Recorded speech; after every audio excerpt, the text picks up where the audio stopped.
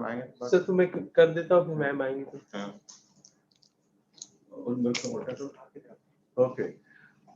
So good morning. Today we have now 3 participants, I believe. How many? Sir, 4. Okay. Five. Yeah. So now it is 11:10. I think we should start.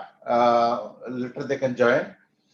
The topics are already circulated by Madam Ujjala Ghoshal before, and his colleague Dr. Patel is already here, and Dr. Ujjala is got stuck somewhere, so she will be joining little later. So I request Dr. Patel to start, and I request him. This is the last session out of the 4 lectures, so I request him to present it slowly and clearly so that they understand everything. And I request whoever is present, just you want to interrupt, you can interrupt him and clarify this thing. After that, again, we will not be coming back to the diagnostic and serological aspects or basic issues of the COVID. We will shift to the post-COVID sequelae and the long-term illnesses, etc. That part will cover more now. Go ahead, Dr. Patel. Thank you, sir.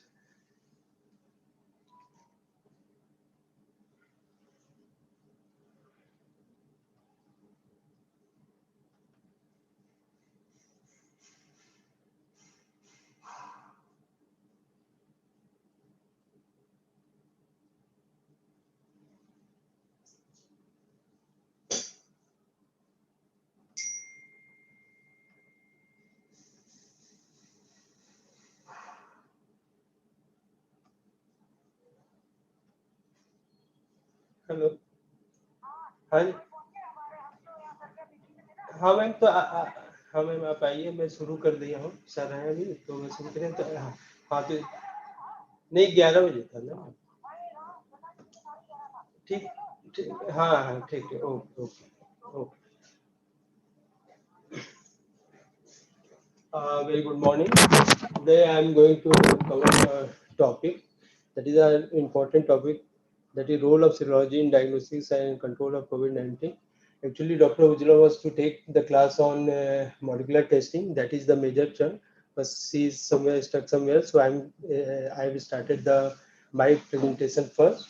So we are going to cover a very important topic, that is the role of serology in diagnosis and control of COVID-19 infection. So, as you all know that the novel SARS-CoV-2 is a novel coronavirus with tremendous human-to-human transmission. So everyone is aware that this SARS-CoV-2, which started in Wuhan city of China, has now become a pandemic throughout the world, and the infectivity of the infection is very high, and because of which it has caused tremendous loss to the world in all the means with society, and the economical status of the world has been erased. So since there is no previous exposure to it, so everyone is susceptible to the infection, because this is a new emerging disease, and we do not have the previous antibodies against the virus. So each and every one of us are susceptible to the infection. And since we do not have any preventive measures or vaccines or therapeutic drugs, so the pandemic is spreading widely and on a very high alarming rate. And to restrict the spread of the infection, diagnosis has to play a very important role, for which the RT-PCR is the major diagnostic tool. But the disadvantage of RT-PCR is that it is a slow process. It requires very high skill manpower, along with high sophisticated costly equipments. And then another testing tool is the rapid antigen test. Though it's a very helpful test and is rapid, less cost, and it is cost effective, less manpower is required. But the biggest drawback of this rapid antigen test is the false negativity. Since only near about 40% of the this test has nearly only 40% of the sensitivity. So most of the positive cases can be skipped. So all those negative cases should be again reconfirmed with the RT-PCR before ruling it out. Now there is an important test, that is antibody detection test. I want to make it very clear that this antibody detection test at the moment is only used for screening of healthcare workers and for serosurveillance, and it is not used for the diagnosis of COVID-19. So it is, we also be very much clear about the test that it is only used at the moment for screening test, but this test has the potential to enhance the sensitivity, overall sensitivity of the test when it is combined with RT-PCR. So it can be used as a supplementary test for the diagnosis of COVID-19, but till date we are using only the test for screening of the healthcare personnel and for serosurveillance. So now we are left with the tool only is the test, trace and treat. These three are the only mantra for the control of the infection, because we are not having any of the vaccine till date and or any other therapeutic drugs. So as much test as we can do, that it will help to prevent the spread of the infection to other persons or from its spread to the community.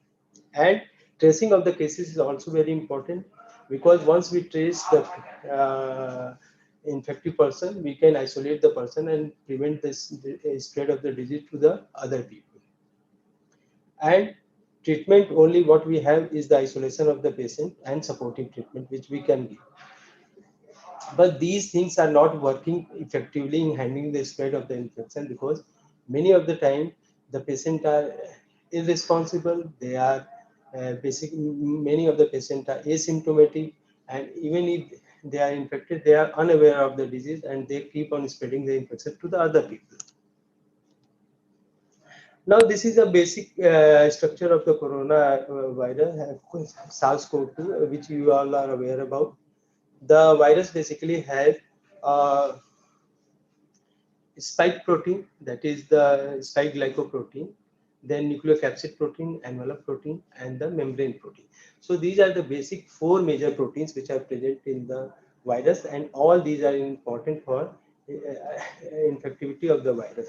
And out of these major proteins, spike glycoprotein is the major one, because because because of this spike glycoprotein, the virus helps to attach to the human body cells. How does it occur? I will tell you. So this is the basic mechanism how the virus get inside the body and infect the human cells. First of all, when there is infection, when a person comes in contact with the virus, this virus enters the human body through respiratory routes basically, and once the virus is inside the human body, then with the help of this spike protein, that is this spike S protein has basic two components, that is S1 and S2. This S1 is the major glycoprotein which helps in binding of the virus to the ACE2 receptors which are present in the human cells. Once the virus bind to the ACE2 receptors with S1, there another component of S, that is S2, helps in fusion of the virus to the human cells, and by this the virus makes an entry inside the human cells, and then it replicates inside the human cells to increase its number. Now, once the virus is inside the human cells, the human body, then there is a course of infection which occurs, and this course of infection is basically divided into three major parts. That is the incubatory phase, the symptomatic or the infectious phase, and the immunity phase, or the when the immunity against the virus start occurring in the body. So this is the major serological phase. So in the incubatory phase, what happens? It is basically of for 2 to 14 days, and it may generally it is for 3 to 7 days, but it may extend up to 14 days, and the minimum is 2 days. So in this incubatory phase, what does virus do? Is that virus generally multiply in the human body to increase its number. So after this incubatory phase, there comes the infectious phase or the symptomatic phase. What happens in symptomatic or the infectious phase? In this phase, the virus load is maximum in the human body, and these are generally secreted in the respiratory secretions. So at this moment of time, the virus is maximum infective to the other people. So this infective phase generally starts to 1 or 2 days before the appearance of the symptoms, and that period is generally called a symptomatic or asymptomatic period, in which there is secretion or shedding of the virus, but the symptoms are not there. And then after it is followed by the symptomatic phase, in which the patient have symptoms like fever and other respiratory symptoms like sore throat, stuffy nose, sneezing, and coughing is there. So during this symptomatic phase, there is shedding of the virus, and the antibody starts to appear in the human body in mid of the symptomatic phase. This symptomatic phase is generally for at around 14 days. So in mid of the symptomatic phase means at around 7 days after the onset of the symptom, the antibodies starts to appear. And the first antibody to appear is the IgA antibody. And this IgA antibody is an important seromarker because it is a marker for severity of the infection. And after the appearance of the IgA antibody, there is the appearance of the IgM antibodies followed by the IgG antibody. Then after 14 days of the symptomatic phase appears the recovery phase. In this recovery phase, the antibody are generally well established, and total antibody is generally 100% formed. And this IgG antibody, near about 70 to 80% people have the IgG antibody. So the basic seroconversion time for total antibody is around 11 days, followed by the seroconversion of IgM antibody, that is around 12 to 13 days, and followed by IgG antibody, which is around 14 days. So seroconversion for IgA total antibody is 11 days. For IgM antibody is 12 days, and for IgG antibody it is around 14 days. Now, in this picture, you can appreciate that the virus shedding is maximum 1 to 2 days before the onset of the symptoms, and it peaks around 5 to 6 days after appearance of the symptom. So, at this moment of time, the RT-PCR has the maximum sensitivity of around 70% because the virus shedding is maximum in this period. So this is the time period when the which is most appropriate for detection of the virus by the molecular test. And in this time period also you can detect the virus through rapid antigen detection test.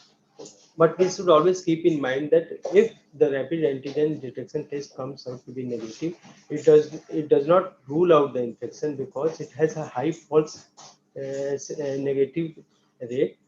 So the sensitivity of this antigen detection test is very poor, and it is around 40%. So if by antigen detection, if a person come out to be negative, then it has to the person has to be confirmed by RT-PCR before ruling out the infection. And then after 5 days of the appearance of the symptom, there starts the recovery phase, which I have earlier told you, and there is appearance of the antibody. And after 15 days of the onset of symptom, the IgG antibody appears. Now, this is the algorithm for COVID-19 test interpretation using rapid antigen point of care test. And in this, you can see that when we do the rapid antigen test, this is basically a lateral immunoassay test. And in this, what we do, we take a nasopharyngeal swab and we use the lysate buffer. We inoculate the swab in lysate buffer, and after a few minutes, taking 2 to 3 drops of the lysate buffer in the card, we can detect the antigen. And it is similar like another antigen for dengue. If there is a control line and there is a test line, if both appears, then the test is considered to be positive.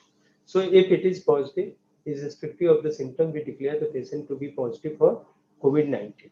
And suppose if the test comes out to be negative, then what we have to do? There are two ways. if the patient has symptoms like fever, cough, or sore throat, then definitely we have to send the sample for retesting by RT-PCR. And if the patient is symptomatic, then what we have to do? If individual is asymptomatic, and we have to then follow the patient, and if the patient turn out to be symptomatic, then we have to repeat the test by either a rapid antigen test or RT-PCR. Now, this is a comparison between the two tests of molecular testing and the serological testing. This was a study conducted by Ziad, and what they observed that the maximum sensitivity of the molecular test, that is RT-PCR, is during 1 to 2 days before appearance of the symptom to 7 days after the appearance of the symptom.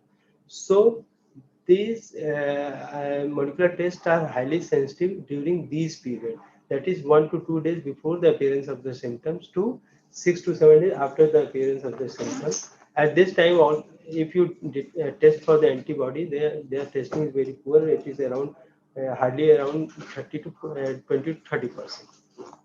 And with progression of duration of the symptoms, the sensitivity of the serological test they progressively increase, and the sensitivity of the molecular test they progressively decrease. And after around 8 days of the appearance of the symptom, the sensitivity of the PCR test falls by up to 54%, while the sensitivity of the serological test they increase up to 80%.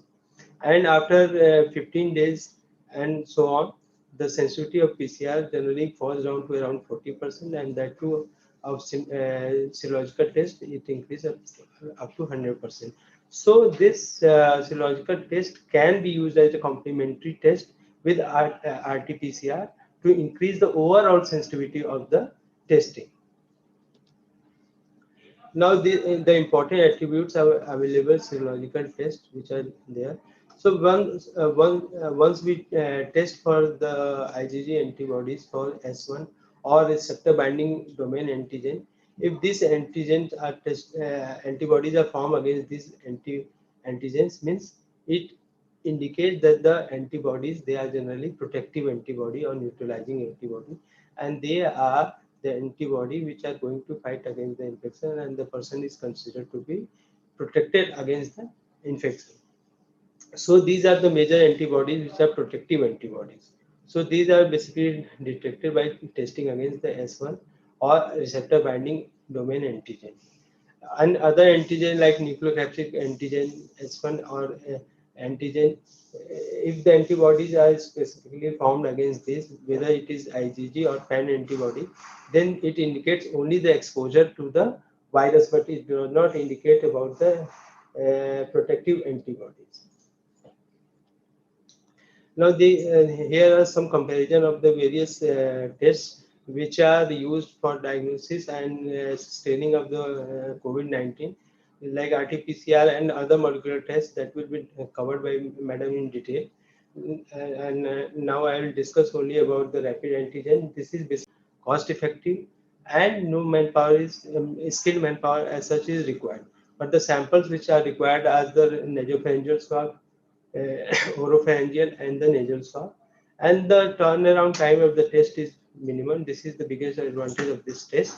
That is around 30 minutes. And you can get the result in 60 minutes. But the biggest disadvantage of the test is that it is very poorly sensitive. So only 40% of the cases can be detected by this test. Then other antibody tests are against the nucleocapsid proteins and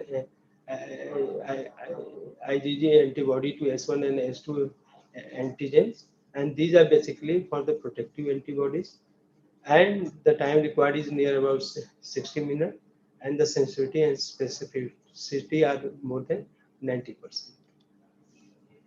Now this antibody, IgG antibody testing was introduced for screening purpose by ICMR on 23rd of June, and this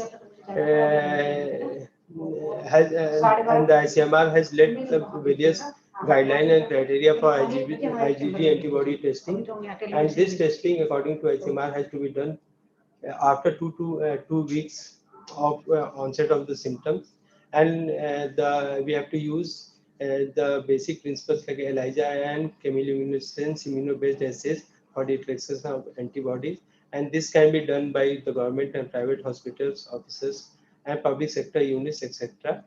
And then whatever the result, we have to share with this comprehensive report with the ICMR. And who can be tested by this IgG antibody kits are the immunocompromised patient, individuals in containment zones, healthcare workers, etc. Now, this is a very interesting what we call screening criteria, which was followed by Filippo et al.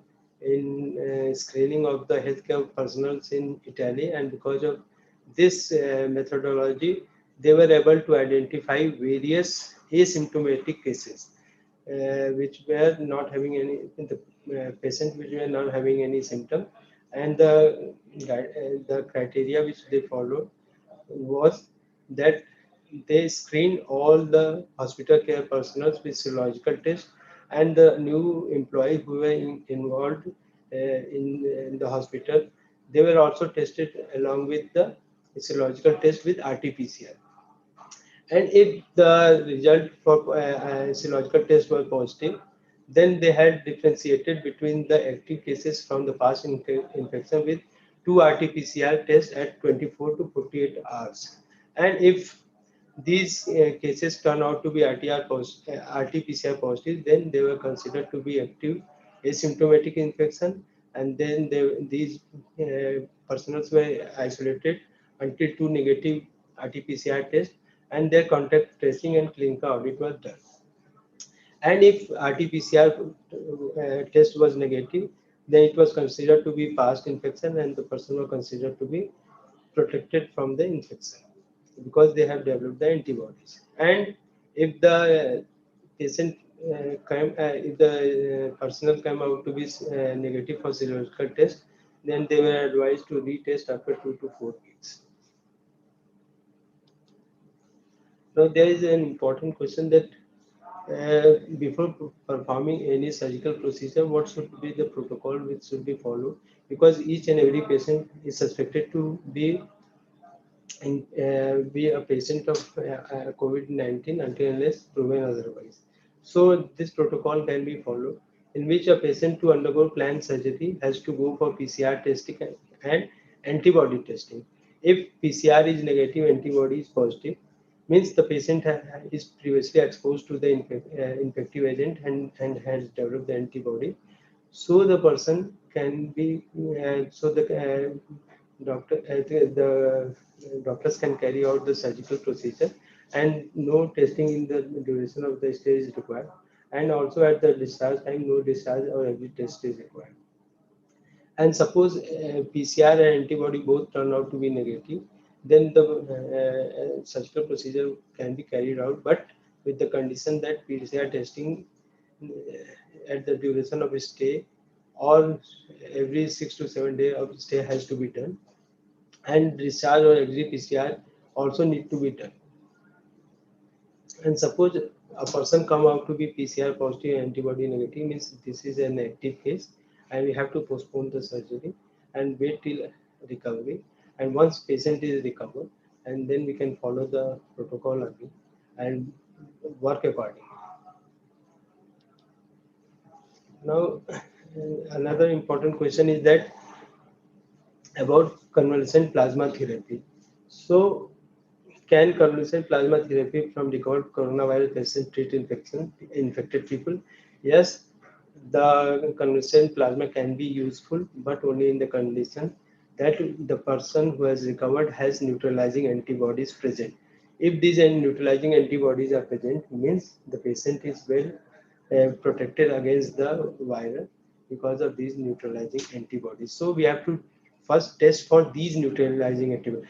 Even if the antibodies are present, it does not mean that the person is protected until unless we detect the neutralizing antibody. So once the neutralizing antibodies are detected in high titer, then this plasma can be used for therapy of the other infected people. So there is another question that can we go back to, when can we go back to the work? So generally it is considered at the time that after 10 to 14 days of appearance of symptoms, even if there is virus shedding, the virus is generally non-infective. So people can go to join their work. But the best thing is that if the person has neutralizing body, this is a very important marker for the protective antibody, and the patient is well protected, and then this is the best criteria where we can allow the person to go to the working place. So in the end, I would like to say that SARS-CoV-2 detection in COVID-19 infection is a moving target. So each and every day the scenario and situations are changing, because we are not having much detail about the virus, because this is an emerging infection. So recommendations may change depending upon the availability of better scientific evidences. Thank you.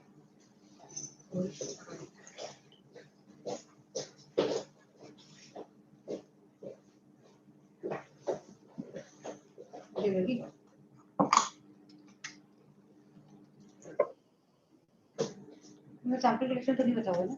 नहीं, अरे हमने वो बताया है आपका सिलोजिकल test और sample collection और आपको जो है मैम 21st October इसीएस कोविड हाँ इसी से होगा तो मेरे साथ नाम ले लिया फिर कंप्यूटर में कौन से लोग रहते हैं मैम हब सेंटर्स कनेक्टेड रहते हैं हम हब सेंटर्स लाइक मैम जितने नॉर्थ वेस्ट वाले हैं ना, जैसे आपका मेडिकल कॉलेज ठीक है हाँ तो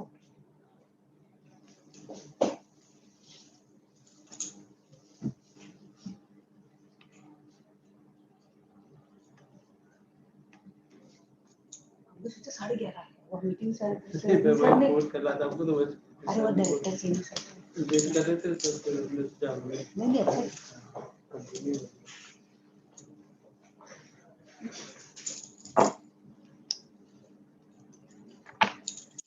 Good morning, everyone. Today I'll present lab diagnosis of SARS-CoV-2 molecular methods. So I'm sure you all are familiar with this picture. This is the structure of SARS-CoV-2. Here it is very important to note. This is important because the test which we will talk about, the various targets we'll talk about, it is very important that we know a little bit about them. So as you all know, this virus belongs to the nidovirales family Coronaviridae, and it is a beta corona. This novel coronavirus is a beta coronavirus. There are at least 7. We also know that it is enveloped spherical and its diameter is around 120 nanometers. It is club-shaped. They have club-shaped glycoprotein spikes in the envelope, as you can see, spike glycoprotein, which is an important target. You can see here, and this is the structure which gives us a crown-like appearance and thereby the name coronavirus. Then there's a nucleocapsid which is helical, as you can see, or tubular capsid protein which contains the RNA, since it is an RNA virus. Then it has an envelope also, and all the viruses, all coronaviruses, they have this envelope. So this is common. So now, this was in very brief about the structure. Now, since any tests for, like if you want to have a good plant, what is the prerequisite? The prerequisite is that your seed should be good. If you have a bad seed or rotten seed, then you don't expect a good plant to come out. Similarly, if you want a very good test results, then your sample has to be proper. So before going to the test proper, we'll see what samples are required, and if the sample is not proper, because the lab deals with the samples. So if the sample has not been collected properly, or if it has not been transported properly, then the lab cannot do anything, right? How so? It may be a great lab, very good lab, but if the sample is not good, then the lab has very little to do. Therefore, it is before going to the test proper, I would like very briefly like to tell about discuss about the sample.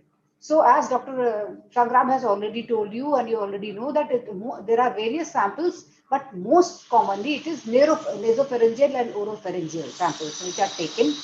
And it is also important that you take Dacron swab, because cotton swabs or the fibers sometimes may be inhibitory and results may not be good.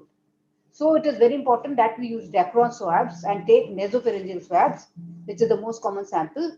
And because sometimes it has to be transported to a long distances, like we and the other labs, we receive samples from various districts, and there's a delay in the transport. Then it is very important for coronavirus in general, and otherwise also for any viruses, maybe enterovirus or any other virus, because the virus don't survive at a high temperature. So it's very important, this temperature is very important, and it has to be transported at 4 degrees centigrade. So you have to have methods for that, maybe vaccine carrier, maybe any other thing, gel packs, but the sample has to be transported at 4 degree. So this was nasopharyngeal and oropharyngeal are most common. Apart from that, depending on the patient, type of the patient, if the various other samples may be taken, like bronchoalveolar lavage, valve, then tracheal aspirates, tissue or the biopsy, then sometimes the serum, though serum is not usually, like Dr. Sangram has told you about the serological test. For that we need serum, right?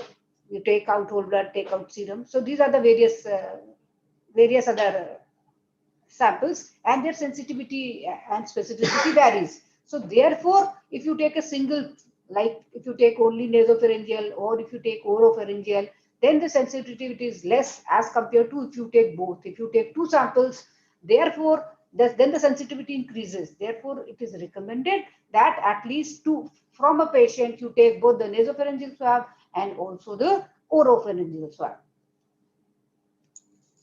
So very briefly, I'm sure all of you know how to take a oropharyngeal swab, but this is just to like brushing up or revision, that you have to ask the patient to open the mouth. Then you have to rub the swab over both the tonsillar pillar and the posterior oropharynx. Then you have to keep the swab inside the VTM, that is viral transport media. And because usually this stick is very long, so you have to like break it and close it. VTM comes in a tube, 15 ml tube or so, as I'll show shortly. And usually this swab is long, so you take the swab, put it inside the VTM, then break the extra portion and put the cap and close it tightly. Place this VTM. There's a triple packaging system, it is called, because this VTM, it has to be kept inside a secondary plastic container, which is usually a 50 ml Falcon tube. And this secondary container is put again inside a Ziploc pouch before you transport it through the cold chain. So it becomes a triple packaging system. Then the whole assembly is put inside a thermocol box with ice packs. That is how usually the samples are transported. Then proper, so this I told you about the nasopharyngeal swab and oropharyngeal swab. So if the nasopharyngeal swab, you have to put it deeply or insert deeply into the nasal cavity, and so if it has been taken properly, then tears come out of the patient's eye. It indicates that yes, you have collected it properly. And if you have taken, or the oropharyngeal swab has been taken properly, then let's say it's a gag reflex. So this indicates that okay, you have done the procedure nicely. Then swab should be kept in the place for 10 seconds before twirling or rotating the swab, and you have to do it at least 3 times so that the proper sample comes. Swab should have flogged non-toxic synthetic fibers such as polyesters as well as synthetic nylon handles. And after collection, as I told, it should be placed in the VTM. Then other samples we have already discussed, like ball or sputum. Usually these are not required, but sometimes you may need it depending on the patient condition, whether the patient is a very sick or is in ventilator, then only. Then you have to fill the another important thing is that sometimes many times we get the, because along with the sample you have to have the proper information of regarding the patient. For that there is a form, form from the ICMR.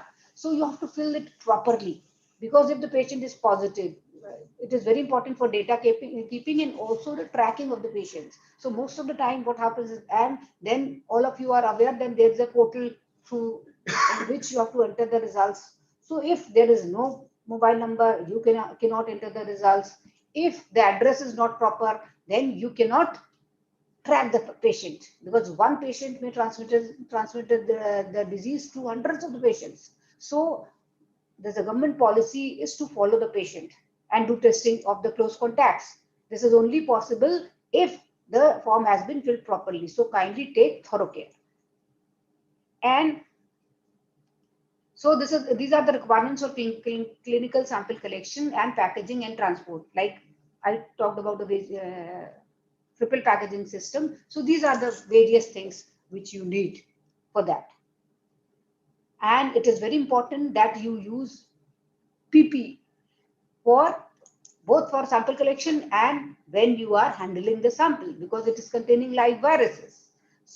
So it has to be dealt with very carefully.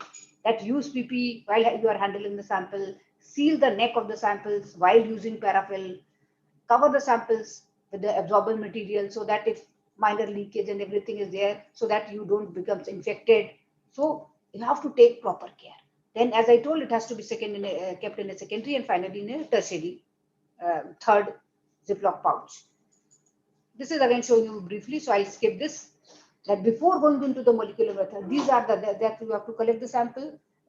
You have to take the swab, collect the sample, then you have to go for RNA extraction, then you have to go to the PCR, and that is how at the end you get such type of graphs. This is showing you briefly. Now I will come to this RT-PCR proper or the test proper. So as you all know, this real-time PCR is a major workhorse in the field of molecular diagnosis for SARS-CoV-2.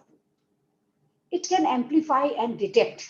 Theoretically, it can amplify and detect even single copy of the genome sequences, and therefore it is regarded as the gold standard and is considered as an extremely sensitive test. It is a quantitative technique, and RNA copy number increases exponentially, and these are proportional to the amount of the starting material, that is viral load.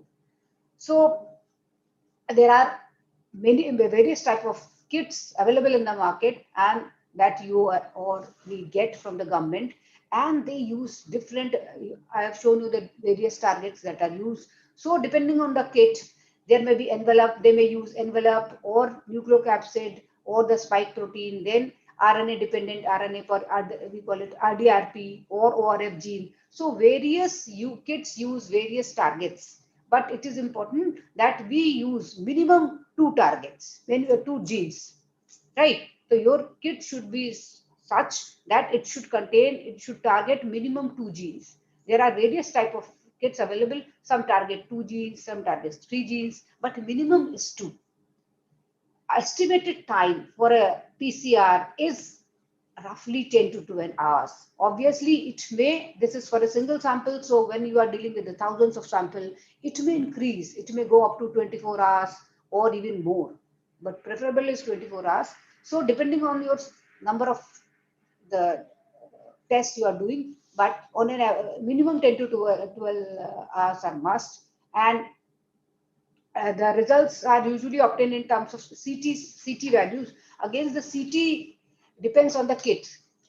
As per few kits, they suggest that up to 35 CT value is a positive, and after that, but there are other kits, maximum it is up to 40 when it is considered positive. And what is the CT value?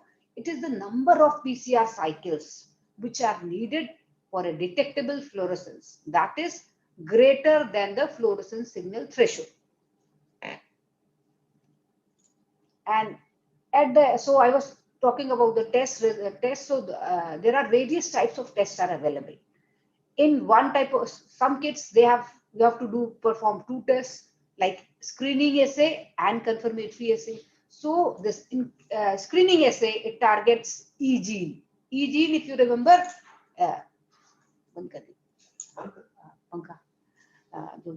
so this E gene, as you saw, it was envelope gene, and this is common in all coronavirus, right? So this screening test will tell you about whether your sample contains coronavirus or not, right? Because once the coronavirus is there, then we go for confirmatory test and we find out whether it contains beta coronavirus or the novel coronavirus or not, right? So this targets E gene, which codes for the SARS-CoV-2 viral envelope. Then in many kits, RNase P gene is there, which is very important, and it is a positive internal control. This gene is present in all human epithelial cells. So it tells you whether your sample has been collected properly or not. So when you are analyzing the results, first see your controls. So if this is there, this RNase P gene is there, that means the sample has been collected properly.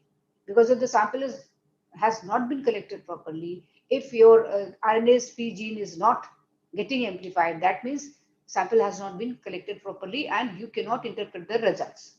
Apart from this, positive control, negative control, there in the kit, and then also you can use your own control also, in-house control. Then if the screening is positive, if the screening is negative, this test is negative, RT-PCR is negative, right? But if it is positive, then you have to go for another test. That is a confirmatory test, in which usually there are various targets, as I told you. So most of many kits use RT gene, some use ORF, some use N gene, and which codes for the SARS-CoV-2 nucleocapsid. ORF codes for open reading frame, which I showed you earlier, and RDRP you already know that it codes for RNA-dependent RNA polymerase. So these kits contain one or more of these genes. But now we have kits, multiplex kits, like one of them is from Thermo Fisher. We have others also, where these have, we have from NIV also, where these two tests have been combined. And in a single test, you can get the results, final results. This figure I will skip. This is just showing you that at what time which test becomes positive. So you have to know when the patient becomes positive and what time, because you have to order. When you are ordering for the test, then as Dr. Sangram told, then the timing is very important. That today the patient becomes positive, that is day 0. So when, like which test will positive come, when it will be positive, like this viral RNA in nasopharyngeal swabs is detectable as early as day 1. It peaks within the first week of the onset of the symptoms. And from second week and third week onward, positivity start to decline by the third week. Up to 2 weeks, you can easily detect it. After that, it gradually declines and subsequently becomes undetectable in most of the cases by 3 weeks. But obviously, there are cases, those are exceptional, when you get it is positive for a very, very long period. That depends or varies from patient to patient. Some patients become positive, become negative in 10 days. Some patients become positive, they take 2 weeks, 3 weeks, or even 4 weeks. So all this varies. This is just general information that most of the time it is peaks within around first week, 1 to 2 weeks, then gradually it starts declining. And as Dr. Sangram told, then gradually this antibody come up. So this detection of viral RNA that we detect by this PCR, RT-PCR, in relation to the symptom onset, our positive PCR results reflect only the detection of viral RNA, and it does not necessarily indicate the presence of viable DNA. So even if the virus is dead, it will amplify. That's why in many studies it has been seen that the patient, like PCR is positive, RT-PCR is positive for 3 months or so. But it was later found that these were the dead fragments of the viruses. but the RT-PCR doesn't know. It will amplify anything it's or the any nucleic acid or the any RNA it gets. So so it cannot. It tells you whether the RNA is there, but it does not tell you whether it is live or dead. And as I told, in some cases, RNA can be detected beyond second weeks following the first positive test. Few cases has also been reported positive after two consecutive negative PCR tests performed 24 hours apart, which was the earlier policy that your two tests have to become negative before you discharge the patient.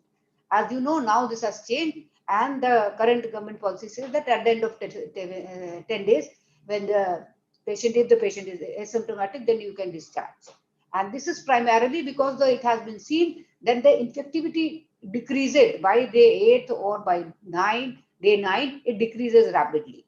So therefore, at the end of 10 days, you can discharge the patient, and then he has to be quarantined at home for next 1 week. So, but it has been found, few cases reported that you have reported two RT-PCR negative, and then it has patient was discharged. Then again, PCR was done, and then it again became positive. So it is unclear if this was a testing error or if it is a reinfection or the reactivation. Now, regarding the limitation of every test, each and every test, it has certain positive points, certain negative points, some limitation. So it may, even RT-PCR, though it is gold standard, it may give you some false negative results. And what are these conditions? If your sample has not been collected properly. So improper sample collection technique and the timings, like I told you that after 2 weeks it gradually declines. So at the end of 3 weeks it may be negative. Degradation of the SARS-CoV-2 RNA during shipping and storage. So if there is any breach in cold chain storage, or if it has not been transported at 4 degrees, then sometimes there are presence of RNA inhibitors in the samples. Or as you have seen, we are targeting some genes in this PCR. So if there is a mutation in the virus, obviously your RT-PCR cannot detect it. And each and every kit, because all of us get supply these kits from the government, and there are various, the market is flooded with different type of kits. So each test has its different sensitivity and specificity, right? So you have to validate it at your own level also, though the kit has been validated by ICMR, but you have to, whenever you get a new kit, kindly validate your own results with your own known positive and negative control, which you have validated earlier from other kits. Then it may give false positive results also. How? There may be cross-contamination during specimen handling or preparation. Like you are dealing with the thousands of samples, lot of samples, and suppose you are using 96 well plates. So if the one sample is negative and then a sample is strongly positive, and the next well is, even though it is negative, but if you are not too good or expert in pipetting, then even a bubble can go, and that can also become positive. So that is what the cross contamination is. So you have to be very thorough with the pipetting, and you have to avoid cross contamination, which can give false positive results. Similarly, RNA itself may get contaminated because it is a technically demanding thing. You have to learn it over a period of time or over many months or years. So all this, if there is any breach, then there may be false positive or false negative results, as you have seen. Then the other test is TrueNat, right? So this TrueNat is also also you can say mini RT-PCR or chip-based real-time PCR, which is semi-quantitative and detects beta coronaviruses. And earlier we have two types of kits. Now we have in fact 3 types of kits. One is screening test, one is confirmatory test, and recently they have launched multiplexing. That is, in a single test, you will know both whether it is like you have to do single test only. So we have 3 types of tests. One is screening, one is confirmatory, and one is multiplex one. So far we are getting these separate tests. So screening, as you have seen in RT-PCR, that is if it is screening negative, it is negative. But if it is screening test is positive, then first there are three things. First, you have to extract the as I will show you the pictures also, that it has a small machine for the extraction of the RNA. Then first you will do screening test for the different chips are there. So the screening is negative, it is negative. But if the screening is positive, then you have to go for the confirmatory test. So again, 40 minutes will be required, right? But nowadays we have kits where you don't perform this separately, but a single test can do. Sample here is again the oropharyngeal swab. You have to take a single swab, and it targets RNA gene, IPC as internal control, and E gene and RDRP gene as confirmatory test. And here the sample is collected in viral lysis media. If you remember, in RT-PCR we have used viral transport media. Here they call it as viral lysis media. This is important. This is important. Why? Because in viral transport media, you have to carry out the procedures, or you have to extract do inactivation and further processing in biosafety. Minimum BSL-2 is required. But here, what they are doing, or what they are telling, is that they are using, instead of viral transport media, it is similar, but they have added a lytic agent which causes the lysis of the virus. So virus becomes dead. So it cannot infect. So it becomes non-infective. So if you are wearing PPE, if you are wearing gloves, mask, PPE, then they say that it can be done. And if you don't, if you are in periphery, if you don't have BSL-2, then only it can be done. If you use, though preferable is BSL-2, but since the virus is what they are claiming, that the virus is already dead, so it can be rest of the procedure can be performed in a single benchtop. So as I told, screening test where you look for the E gene, step 2 is RDRP, and third is the multiplexing. So TrueNAT, though the company they tested initially on 50 patients, and they told that it is 100% sensitive and specific as compared to like this RT, but now it has been like we have tested it in a large number of samples, and around 1700 samples we have tested, where both the RT was also done and TrueNAT was also done. So our data suggests that the sensitivity, it is a bit older data, when we had done around 1200 cases. Now we have done around 1700, and our recent data suggests that the sensitivity is around 79%.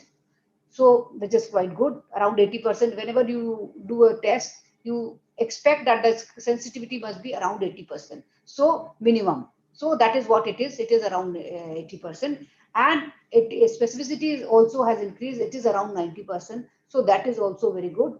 And its negative predictive value is also very high. That is around 96%. So it is a in-house test, like indigenous test, not in-house, indigenous test that is developed in India only, and it has a lot of advantages. Like, if for real time, you have to have real good trained technician who are well versed with this technique. You have to be very expert in this technique. Then you have to have huge infrastructure, like you have to have at least BSL-2 facility. You have to have real-time PCR machine. You have to have either the automated RNA extractors if you are doing large number of samples, or you have to buy expensive RNA extraction kits. But this, within this TrueNAT, what you don't need any of these. You can do in any room, right? In any setup, it can be done. So that way it is very good, and it is cost effective also. And it, even at the periphery, it can be done because it does not need any electricity. It is battery operated system. So it can be, so it has many advantages. Now, all of you know this cartridge based nucleic acid amplification test, that is GeneXpert. So this GeneXpert was earlier used for the, now it is also used, but GeneXpert, you already know that it was used for the diagnosis of TB, tuberculosis. But the same system, they have done some modification, and now they are the system, that same system, it is a cartridge based, that was chip based, this TrueNAT. This is chip, this is cartridge based system. So the same machine you can utilize for the diagnosis of SARS-CoV-2 also. Here the turnaround time is around 45 minutes. Samples are the same, and principle is again the automated real-time PCR, and it targets E gene and nucleocapsid genes. So here the some comparison. So you see that both are similar types of tests. So which one is better? So I have made this table just to show few of the important differences between two. As I told, TrueNut is a microchip based real-time PCR assay, whereas this another one is the CBNAT is cartridge based. The targets are different. E gene is common. Then TrueNut uses RNase-P gene as internal control, which is very good, and then RDRP as the confirmatory. Whereas in CBNAT, it is the nucleocapsid gene, N2 genes. Advantages of TrueNut, it is as I told, it is battery operable. It is a small system, so it is portable. It is a air, so AC, any air conditioning is not required. It is quite cost effective. It is indigenous. So that way it is good, that is indigenous. You don't transport your money out of the, export the money out of the country and become poorer country, like the money remains within the country. There are less risk of aerosol generation when you are processing it and doing the test, because the virus has already lysed. It has a lytic agent. So virus is no longer live. So the chance of transmitting infection is less.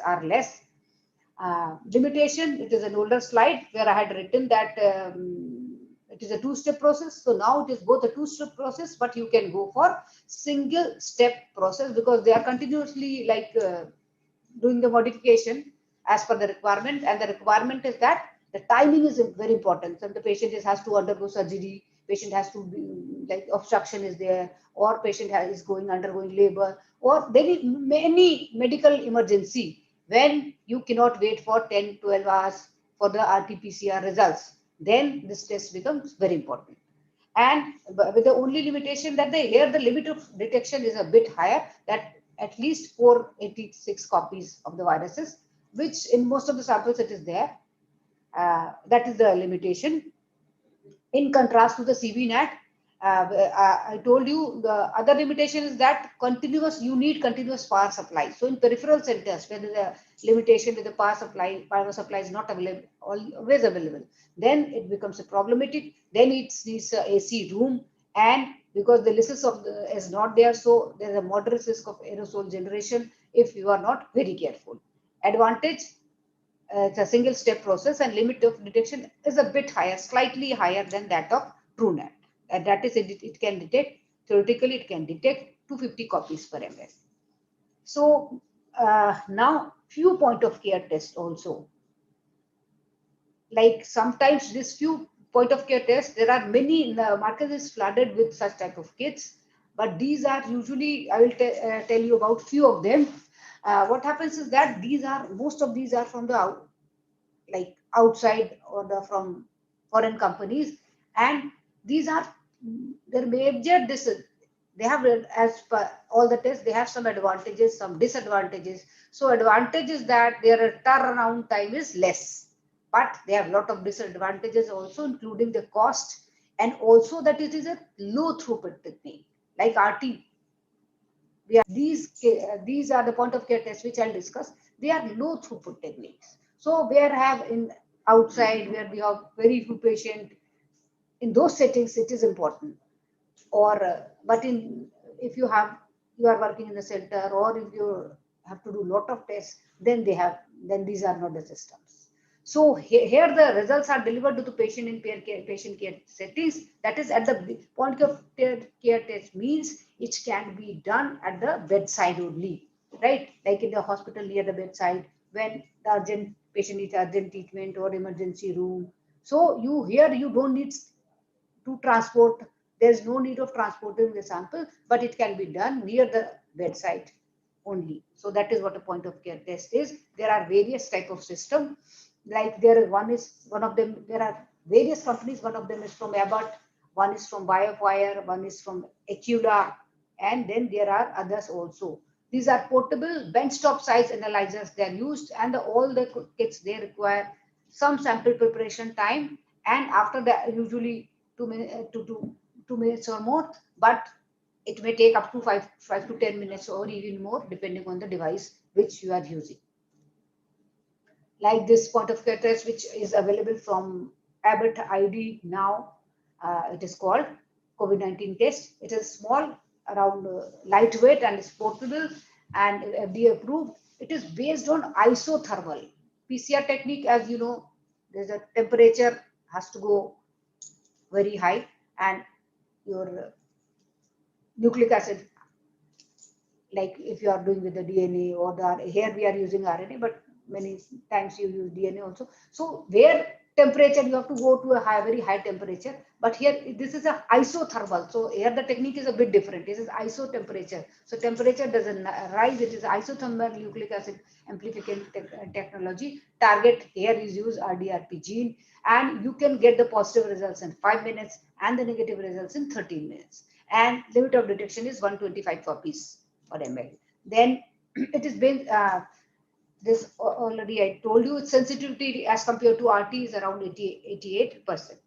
Then there's a system which is available from the BioFire. BioFire, you already know, many of you know that it is BioFire system is available now many places, and it is used for diagnosis of a number of tests, and including the multiplexing, many viruses or the many bacteria you can test together. So they have come out with one test for COVID-19 also. The principle it is that it is a closed disposable system, as you can see, based on RT-PCR system, and here the results are available around in 45 minutes.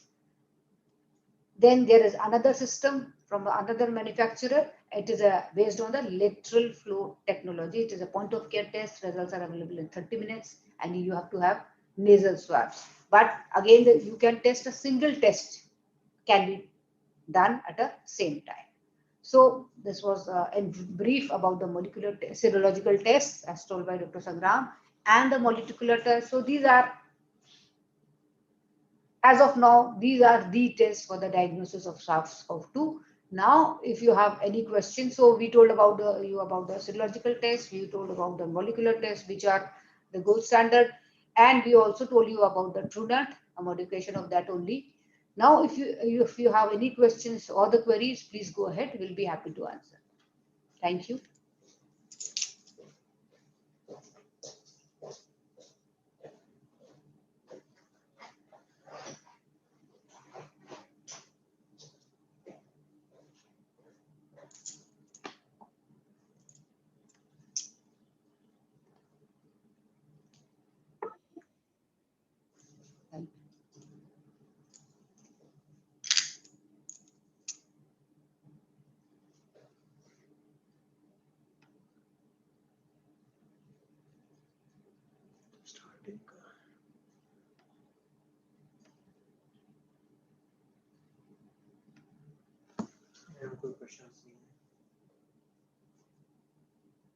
Do you have any question? Can you hear me? आप पूछ तो लीजिए, सुनाई दे रहा है कि नहीं? अब बीच में बोलो, पूछा नहीं.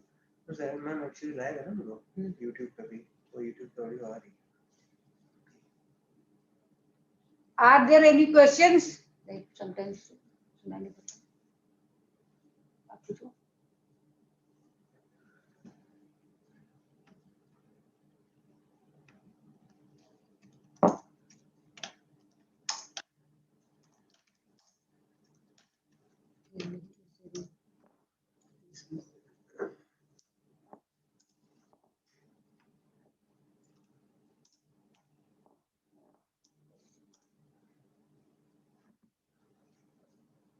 No audio, I told you.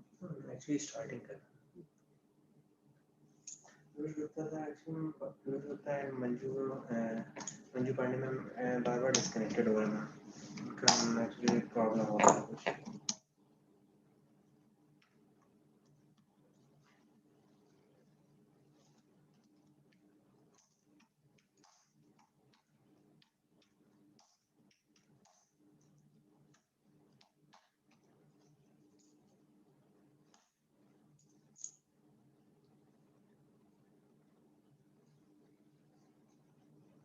I think we are disconnected. आप पूछो. नहीं तो ऐसा तो नहीं कि बीच में ही No, ma'am. Actually, I think there is no question.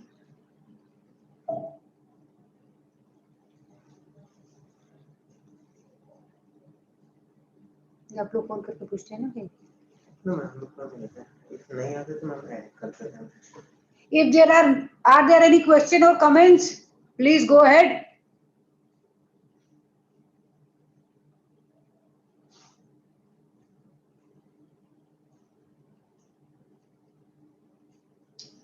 किसी को बुलाओ पूछो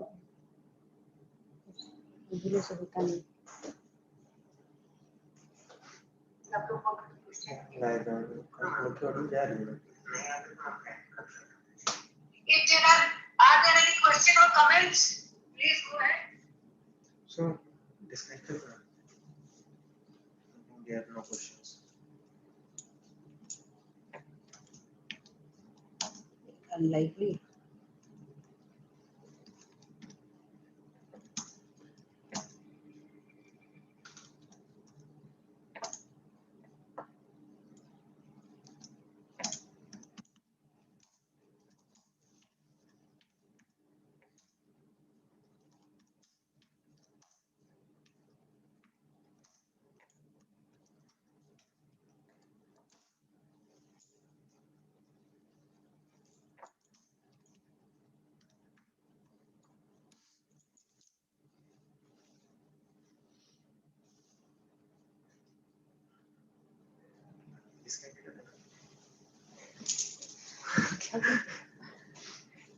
लास्ट टाइम सर आप थे ना लास्ट टाइम काफी क्वेश्चंस आए थे तो I think this time they are not able to hear क्योंकि नो एक्चुअली लास्ट टाइम काफी लोग भी थे इस टाइम लोग हैं भी नहीं काफी आज 4 हैं अभी कई कई आए थे डिस्कनेक्ट हो रहे हैं मैम काफी एक्चुअली बीच में मंजू पांडे मैम थे और पीयूष गुप्ता सर थे ये बार बार डिस्कनेक्ट हो रहा है इन लोग का सेशन इशू आ रहा है नेटवर्क प्रॉब्लम आ रही है उन लोगों की चलो थैंक यू नहीं मुझे लगा लोग को सुनाई नहीं पड़ा अगर सुनाई पड़ता तो